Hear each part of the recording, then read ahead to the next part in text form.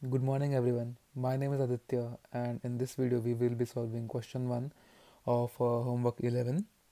So in this question there is a stochastic process xt which is real and White and stationary with autocorrelation Rx tau and power spectral density S xx omega.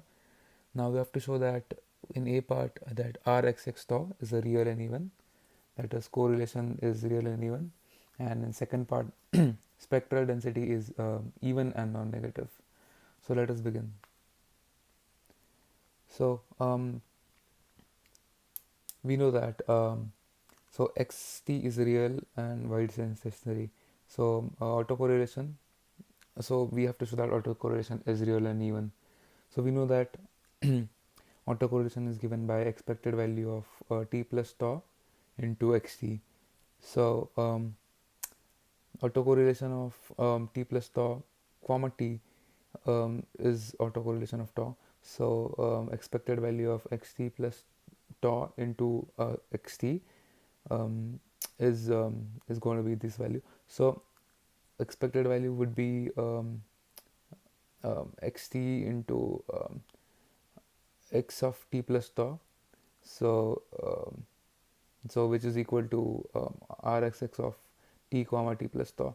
Now here we get to know that since it can be defined expected value in terms of xt and t plus tau, so we know that autocorrelation is real, and since this we can write as rxs of minus tau into rxs of plus tau, so we know that minus tau to plus tau means the function is even. So A part we proved. So for B part we have to prove that the in the power spectral density is even and non-negative.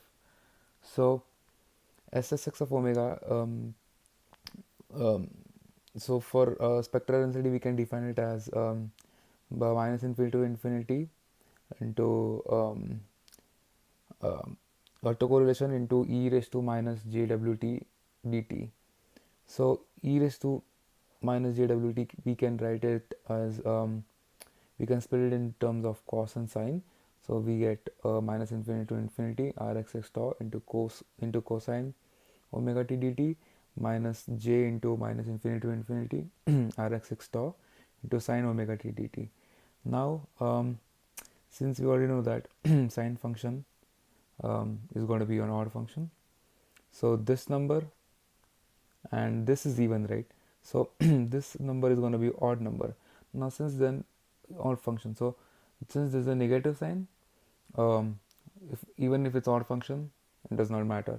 So um, for this part cos function is so we consider cos function.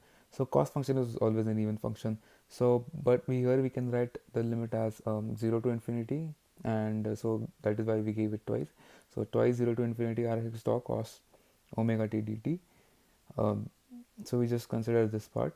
So for this part we if we cos function is even function, so we can always write that um, for even function so we can write that SSX is an even function. So for proving the non-negative part, it is we can prove the non-negative part as well. So we know that XSX is even, right? So for an even function, if we take it under an integral curve,